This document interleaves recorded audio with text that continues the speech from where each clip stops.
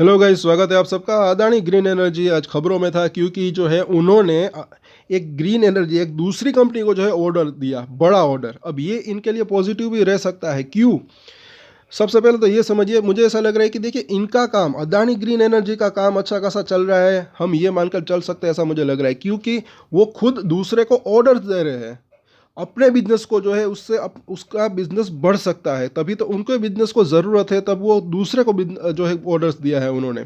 और वो कौन सा शेयर है वो भी हम देखेंगे। वो जो है साल भर में 50% से भी ज़्यादा टूट गया है, तो उसके ऊपर भी चाहे तो अपनी नज़र बना कर रख सकते हैं। हालांकि इसके ऊपर पहले तो आप अपनी स्टडी कर सकते हैं। ऐसा नहीं है कि ये गिरा हुआ है तो इसलिए इसके अंदर जो है निवेश कर दे सीधा। पहले स्टडी कर सकते हैं, फिर अगर निवेश करना है तो कर सकते हैं। पिछले क्वार्टर में जो है उसने थोड़ा सा वो लॉस में था, लेकिन वो वन टाइम लॉस भी हो सकता है क्योंकि अदर इनकम के अंदर जो है वो लॉस दिखा रहा था। और कौन सी है वो कंपनी वो देखेंगे। तो फिलहाल जो है वो कंपनी का नाम है स्टर्लिंग एंड विल्सन, जो ये शेयर का नाम है। उसको जो है बड़ा ऑर्डर मिला। कितना बड़ा? 1381 करोड़ का ऑर्डर दिया है अदानी ग्रीन एनर्जी ने।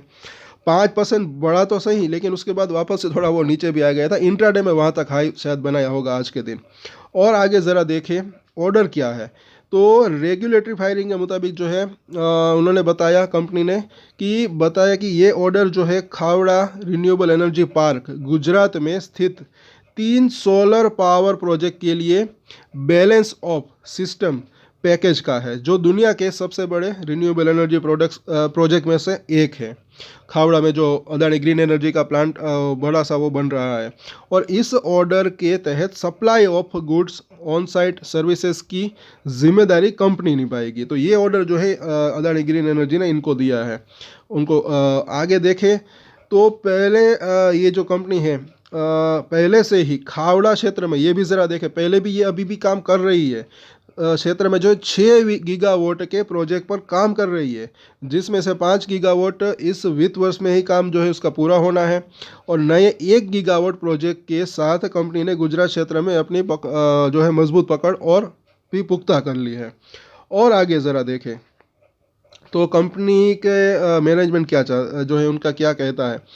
तो वो जो कंपनी है स्टर्लिंग एंड विल्सन, तो उनका अगर बात करें, ग्लोबल सीईओ किशोर ठाकुर ने कहा कि ये अदानी ग्रीन एनर्जी के साथ 5 वर्षीय स्ट्रेटेजिक पार्टनरशिप फ्रेमवर्क की शुरुआत है। यह इस वित्त वर्ष का कंपनी का सबसे बड़ा घरेलू ईपीसी ऑर्डर है। क्लाइंट्स का भरोसा, कंपनी की इंजीनियरिंग क्षमता और बड़े पैमाने पर तेज़ी से प्रोजेक्ट डिलीवरी करने की क्षमता को दर्शाता है।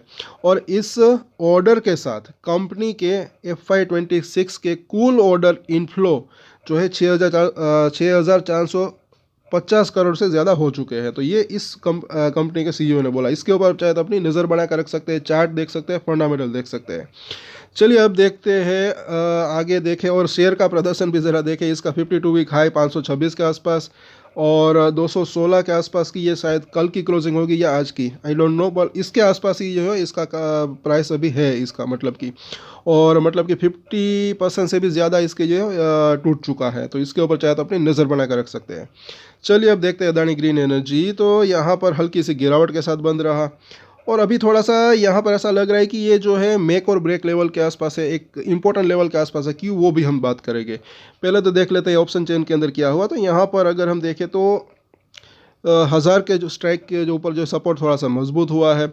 इसके ऊपर थोड़ा थोड़ा जो है यहाँ पर पुट राइटिंग हुई है, लेकिन अभी भी कंफ्यूजन मामला है ऐसा लग रहा है। हालांकि ऊपर में हल्की सी किसी ने जो है यहाँ पर हिम्मत की है, थोड़ा सा पुट राइटिंग हुई है, लेकिन बहुत ही हल्की, 1200 के स्ट्राइक के ऊपर। लेकिन थोड़े से ज़्यादा होते तो ज़्यादा बेहतर रह सकता था। अदरवाइज़ अभी भी 1100 के ऊपर अगर देखें तो वहाँ पर भी अच्छी खासी पुट रेटिंग है। लेकिन इस तरफ जो है अभी भी एक यहाँ पर बात करें तो एक बड़ी सी दीवार है ऐसा लग रहा है। कौन सा लेवल के ऊपर? 1100 के ऊपर। आज भी फ्रेश कॉल राइटिंग हो गई, 1400 कॉन्ट्रैक्ट्स टोटल, ओपन इंटरेस्ट और भी बढ़ गया। तो ये बड़ा हर्डल अभी भी दिख रहा है। लेकिन अगर बाजार का साथ रहता है, इसका एक रीज़न ये भी रह सकता है क्योंकि मैंने कहा कि 52 वीक हाई के आसपास जो है निफ्टी काम खो रहा है। तो अगर बाजार के अंदर तेज़ी आती है तब इसके अंदर भी तेज़ी की संभावना रह सकती है। न्यू हाई अगर बात करें, अगर बाजार आज भी बनाया था निफ्टी के, लेकिन वहाँ पर टिक नहीं पाया, नीचे आया। तो अच्छी तेज़ी की थोड़ा सा सपोर्ट रहता है बाजार का। तब मुझे ऐसा लग रहा है कि अगर ये 1100 को क्रॉस करे तो फिर जो है 1200 तक जाने की संभावना रह सकती है, शॉर्ट कवरिंग आने की संभावना भी रह सकती है। बाकी अदरवाइज अभी जो है ये 1100 1080 वो एक हर्डल का काम कर सकता है। और नीचे में अभी तो अगर बात करें शॉर्ट टर्म की तो 1000 जो है वो एक सपोर्ट का काम कर सकता है, लेकिन थोड़ा सा मेक और ब्रेक लेवल भी है ऐसा लग रहा है। वो क्यू चार्ट के ऊपर देखेंगे, फिलहाल अगर यहाँ पर देखें डेली चार्ट के ऊपर बुलिंजर बैंक जो है वो सिकुड़ रहा है। इससे पहले भी ऐसा हुआ था, जब ज़्यादा सिकुड़ता है तब मुझे ऐसा लग रहा है तो या तो ब्रेकआउट या तो ब्रेक डाउन, मतलब कि थोड़ा सा मूवमेंट ज़्यादा हो सकता है, जैसे यहाँ पर भी हुआ था। ये अब देख सकते हैं यहाँ पर हुआ था, तब एक अच्छी तेज़ी थी। तो ज़रूरी नहीं है कि हर बार तेज़ी ही आए, कई बार जो है करेक्शन भी आ सकता है या फिर बड़ी तेज़ी भी आने की संभावना रह सकती है। अभी ये सिकुड़ना शुरू हुआ है, सिकुड़ा नहीं है। और आगे देखिए यहाँ पर लास्ट में थोड़ा सा जूम कर देखिए तो आज के दिन ज़रा क्या हुआ ये ज़रा देखें। तो यहाँ पर अगर हम देखते हैं तो ये जो 4-5 दिन की अगर बात करें तो ये हायर लो की सिचुएशन बन रही थी, आज भी बनी है। शुक्रवार का मुकाबले आज लो जो है वो तो हाई बना, लेकिन ये हायर हाई जो बन रहे थे वो जो है थोड़ा सा आज का जो हाई है वो शुक्रवार के मुकाबले थोड़ा सा कम है। तो इसलिए यहाँ पर ऐसा लग रहा है कि कन्फ्यूज़न, और कैंडल भी कन्फ्यूज़न कैंडल बनी है, बिल्कुल डोजी कैंडल बनी है। जहाँ पर ओपन हुआ उसी के लेवल के आसपास क्लोज। तो अब ये देखना बनता है कि किस तरफ ऊंट जो है करवट लेता है। और मुझे ऐसा लग रहा है कि अब की बार अगर ये 1000 के आसपास आता है तो यहाँ पर टिक पाता है या नहीं वो देखना बनता है। इसके टूटने की संभावना रह सकती है, अगर नीचे आया तब की बात है। और अगर ऊपर गया तो इस बार ऐसा लग रहा है कि 1100 को भी तोड़कर ऊपर निकलने की संभावना रह सकती है, फिर ये 1200 तक जाने की संभावना रह सकती है। तो मतलब कि सपोर्ट हो या रेजिस्टेंट दोनों ही तरफ जाए तो तोड़ने की संभावना ज़्यादा लग रही है, ऐसा लग रहा है। और वो तो अगर यहाँ पर या फिर 11,000 के ऊपर और 1100 के ऊपर अगर आता है तब हम देखेंगे, क्योंकि अभी से बोलना वो जल्दबाजी भी रह सकती है, मतलब कि हो सकती है। तो तब क्या सिचुएशन है वो भी हम देखेंगे, लेकिन फिलहाल ऐसा लग रहा है क्योंकि 1-2 बार तो यहाँ पर इसने सपोर्ट ले लिया। अगर यहाँ पर आता है तो टूटने की संभावना रह सकती है, अगर ऊपर भी जाता है 1100 के आसपास तो ऊपर भी ब्रेकआउट की संभावना रह सकती है। सो अभी फ़िलहाल 5 और 9 डेज़ के मूविंग एवरेज के आसपास है बिल्कुल। तो फिर भी सपोर्ट और रेजिस्टेंस की बात करें तो अभी एक बड़ी रेंज तो वहीं दिख रही है 1000 के, और ऊपर में 1100 का लेवल।